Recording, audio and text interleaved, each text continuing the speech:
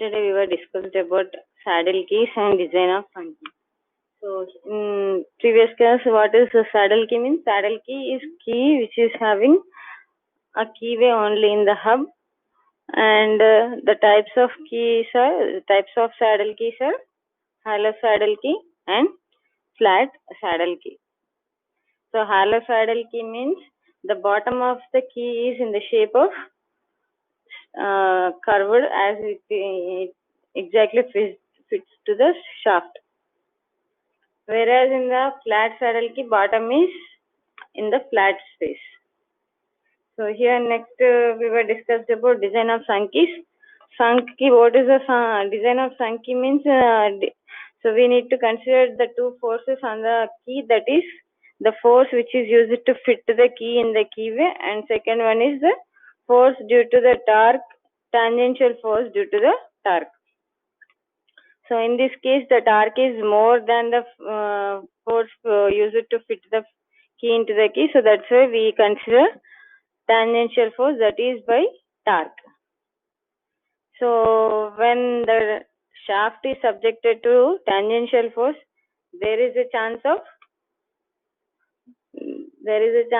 two ways of failure. What that is, due to the crushing and due to the shear.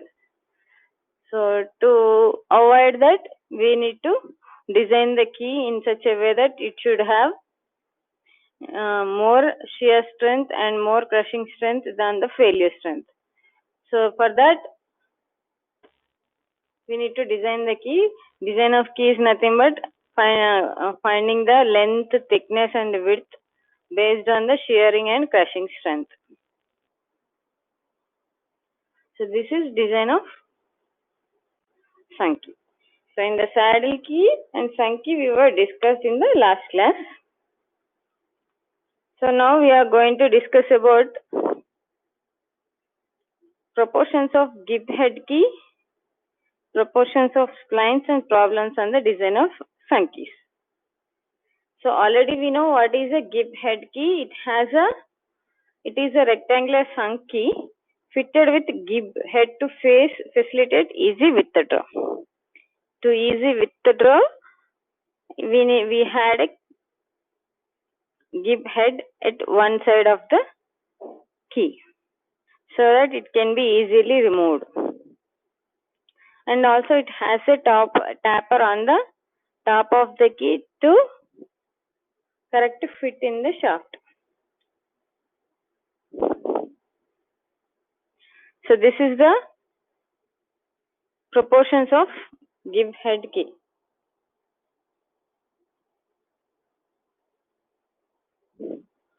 Proportions of Gibb head key. So this one is the Gibb head. So it is a rectangular sunk key only, but it has a extra part that is Gibb head on one side of the key to easy withdraw.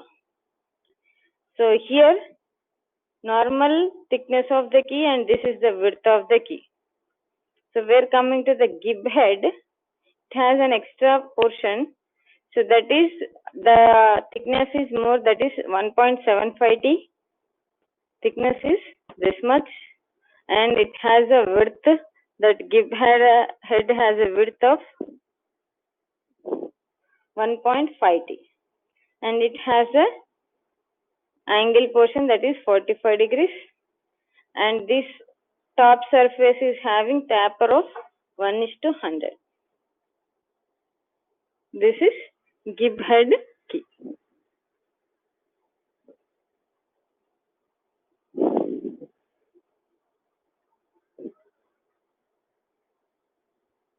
It is normal rectangular sunk key only, but it is having a Gibb head to be easy withdraw. To facilitate easy withdraw. And proportions of Gibb head key are shown in here. So next important one is splines. This is very important. So splines are a number of keys integrated with shaft.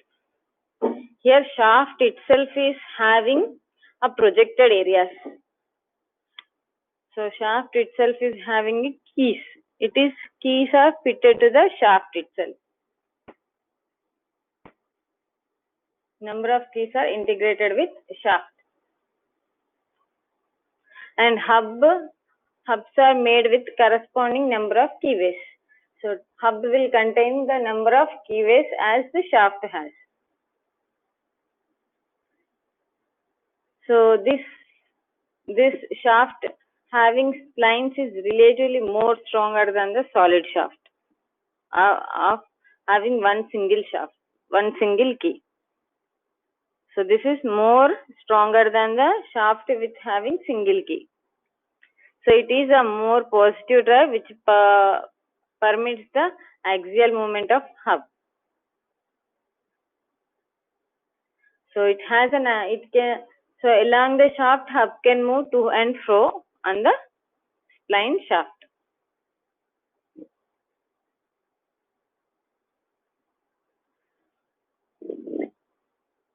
The spline shafts are widely used in automobile industry. So this is mostly used in automobile industry.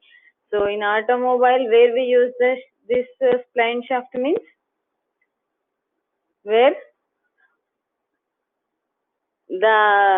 it is used in the gearbox, so that we can get the gears are fitted on the spline shaft, so that whichever the speed we required, so that shaft will connect that gear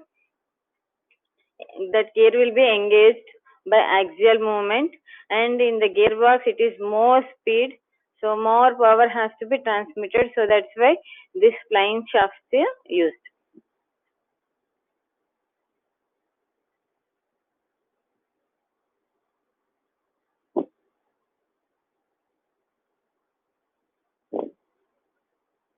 So it has a width. So this is the width of the key, and this is thickness of the key. This is internal diameter of the shaft, and this is up to key width, that is the capital D diameter.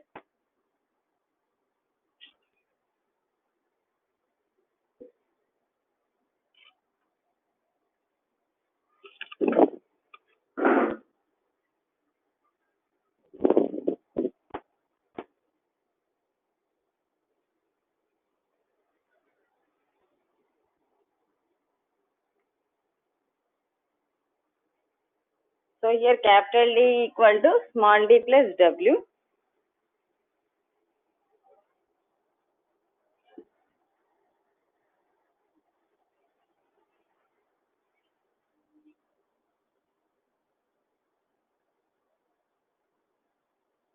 So designated by, splines are designated by width, height and length.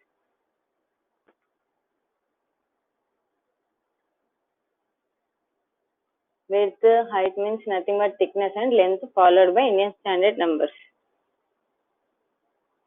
A straight side spline of width 18 mm, thickness 11 mm and length 112 mm shall be designated as straight side spline 18 into 11 into 112 IS 2610.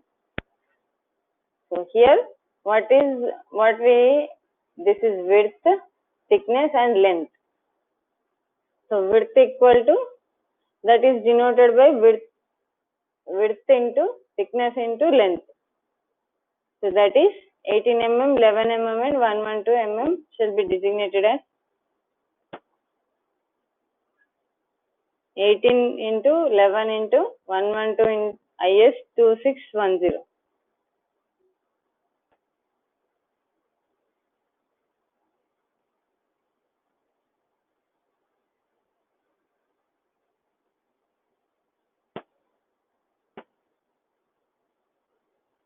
The proportions of standard spline are small d equal to 0.75 d, small w is equal to 0.25 d and t equal to 0.125 d.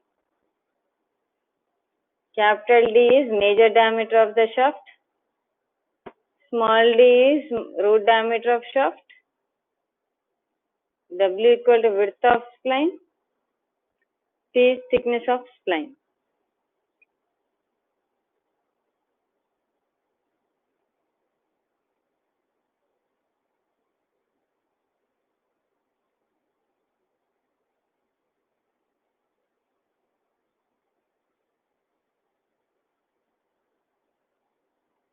So designation of dimensions of keys and keyways.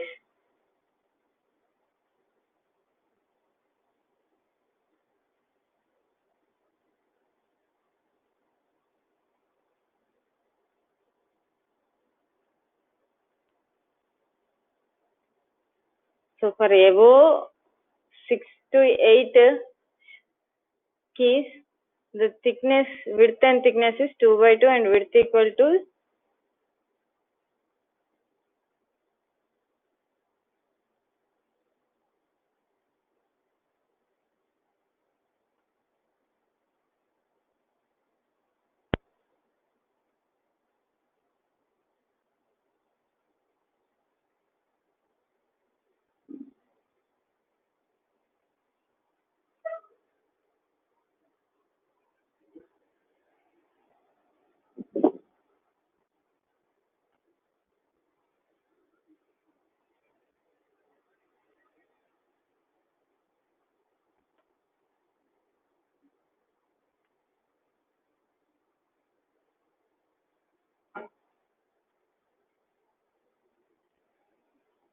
So next, some problems on design of key.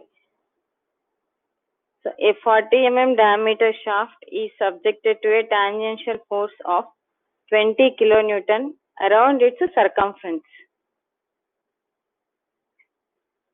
Determine the size of key. The allowable shear stress in key is 60 Newton per mm square.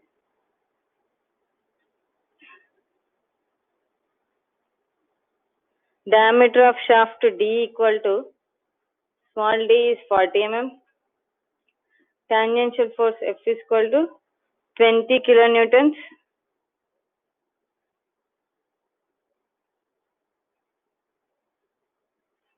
For 40 diameter shaft, sizes of key, width equal to d by 4, T equal to d by 6.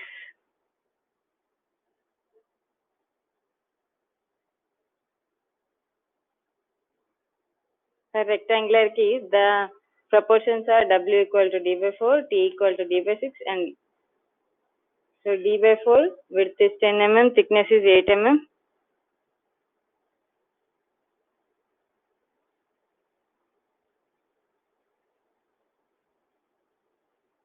So here, considering a shearing strength, F equal to W into L into tau.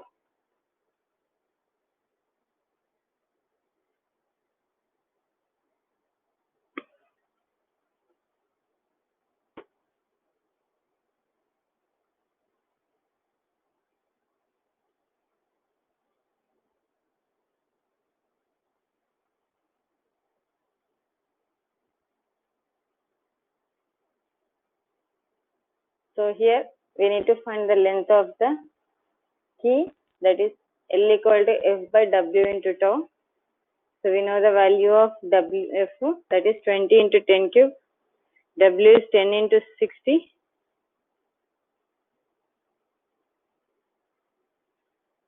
So L is 33.3 mm.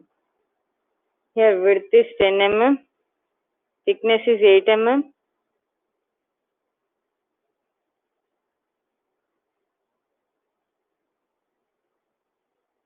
And length is 34 mm.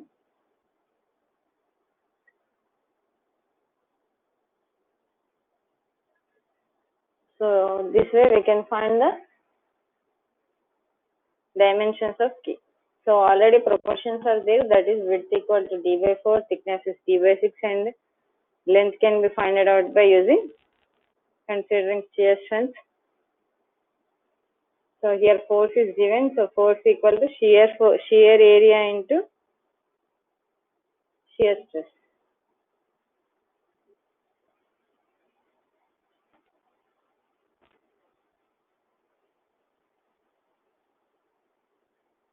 F equal to W into L into tau.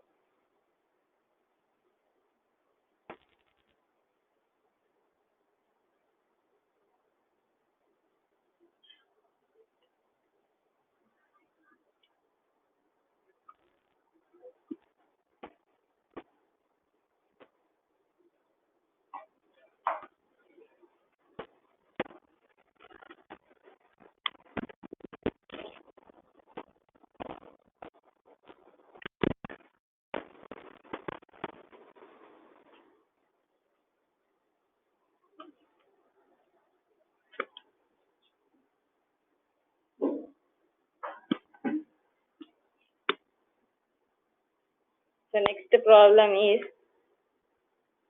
design a rectangular hanky for a shaft of 60 mm diameter.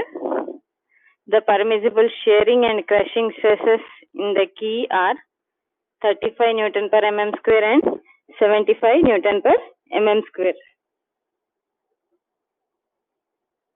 So the given values are diameter of the shaft is given and shear and crushing stresses were given. So here diameter of the shaft equal to D is 60 mm, shear stress is 35 Newton per mm square, crushing stress is 75 Newton per mm square. So now torque transmitted by shaft equal to torque equal to pi by 16 into d cube into tau. So here we know the value of d, that is 60, and tau equal to 35. So when you substitute these values in the formula, that is t equal to pi by 16 into d cube into tau, then we'll get the torque value as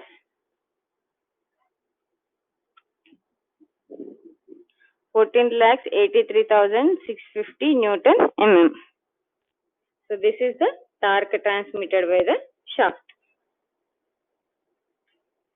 So sizes of key, assume material of shaft and key is same. So width equal to, if it is when it is not mentioned in the problem, that is rectangular or square key, we need to consider it as rectangular key. For rectangular key, width equal to d by 4. So that is 60 by 4, it is equal to 15 mm. Thickness equal to T equal to d by 6, that is equal to 60 by 6, that is 10 mm. Considering shear strength, first we consider shear strength. T equal to, so shear area into shear stress into d by 2, that is radius. So shear area is W into L into shear stress is tau, radius is d by 2.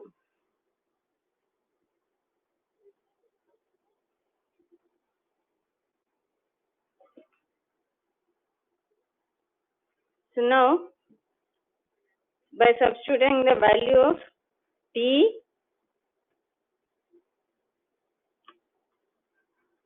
so here we need to find the length of the shaft. The length of the shaft equal to 2T by W into tau into D. We know the value of T, W, tau and D. By substituting the values, we'll get the value of length of the shaft. So length of the shaft here it is 94.2 mm.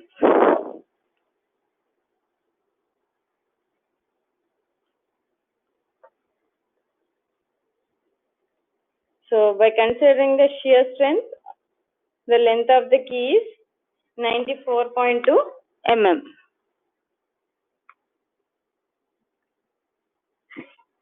By crushing strength, so length of the key can be found out by 4T by T into sigma C into D. We know the value of T, capital torque we know, thickness of the key is 10 mm, sigma C is 75 mm and diameter of the shaft is 60. So by substituting the values, we'll get the length of the key as 132 mm. So by considering both the strengths, that is shear and crushing, the length of the key is 132 mm. Which is the more we have to take. So by considering shear strength, the length of the key is 94.2. So whereas by considering shear strength, the length of the key is 132 mm. So by considering both, so the larger one is 132 by considering shear strength. So that's why length of the key, that is L equal to 132 mm.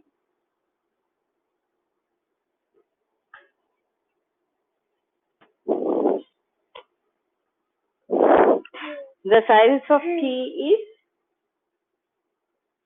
width into thickness into length. So that is 15 into 10 into 132 mm. So this is what the size of the key. So here we have taken direct proportions to find the width and thickness. Width equal to d by 4 and thickness is d by 6. So here both the shear stress and crushing stresses are given. That's why by considering shear strength, we will find out the length of the key. By considering shear strength, torque equal to shear force into d by 2. Shear force is nothing but shear area into shear stress. Shear area is L into W. Shear stress is tau and radius is d by 2. So by considering these values, we will find out the length of the shaft, that is L equal to 94.2 mm.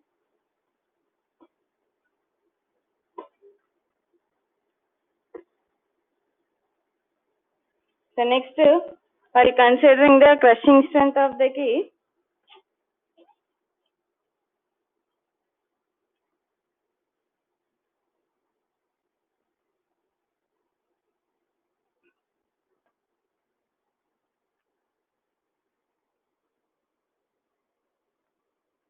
so length of the key is equal to 40 by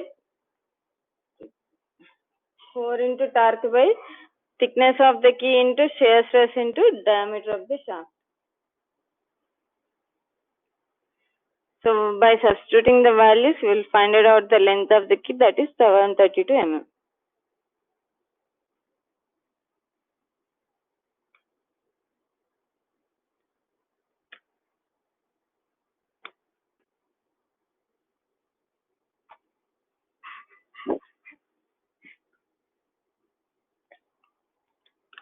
So after completion of this chapter, we were discussed about the proportions of head key, spline shaft, and the problems on design of key.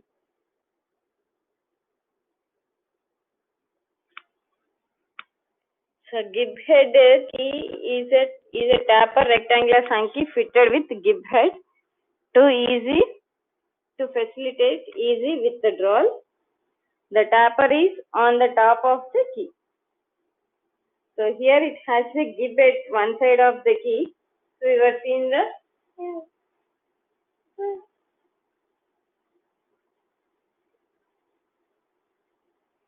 seeing the proportions of gib head,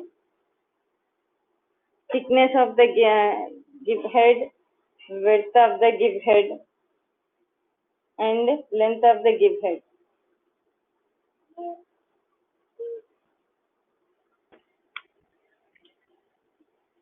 So next one is splines, spline shaft. Splines are a number of keys integrated with the shaft.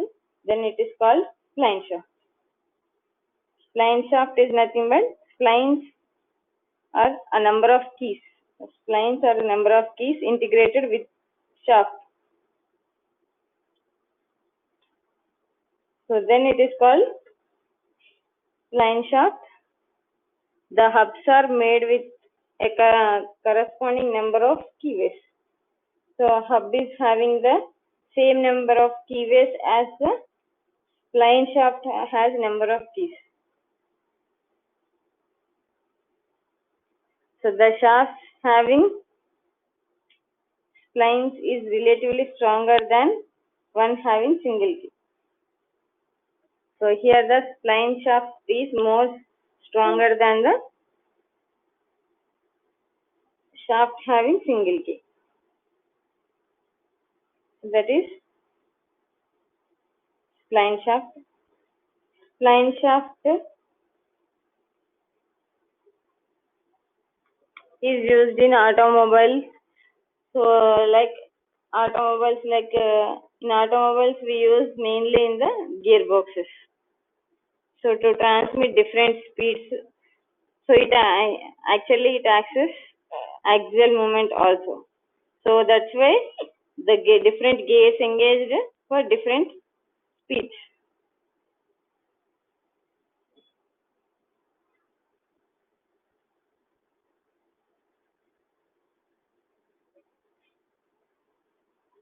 So here we can see some quick questions. So the width of the key is usually taken as d by 4. 1 by 4 into d is the width of the key.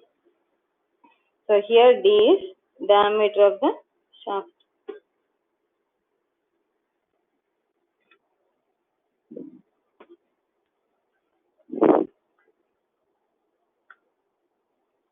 So next one is, which of the following steel key is usually strong in failure by shearing and crushing?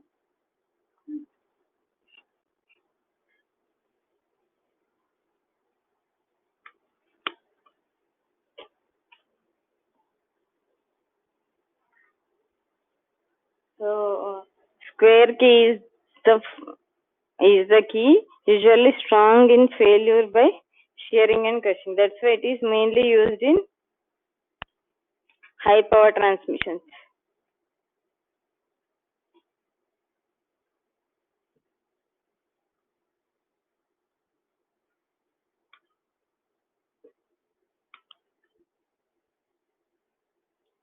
So a square key, for a square key of side d by 4, its length should be as given below in order that it is as strong in shear as shaft is in torsion.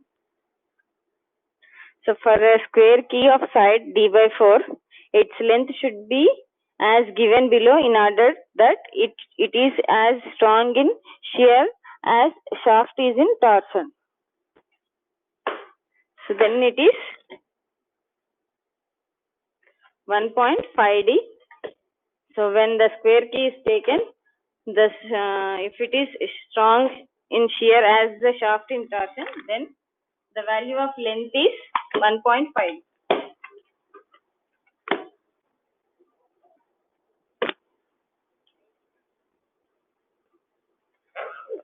Some questions related to this chapter, that is, sketch a gibb-headed key for a shaft of 60 mm diameter showing all the proportionate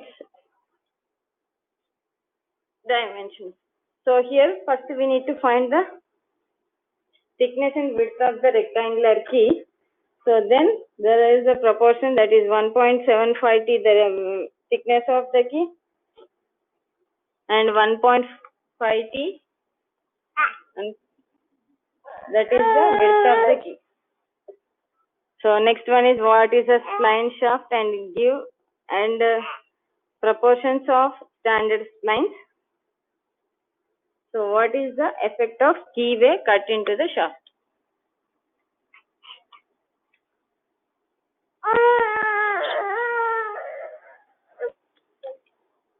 So this is about the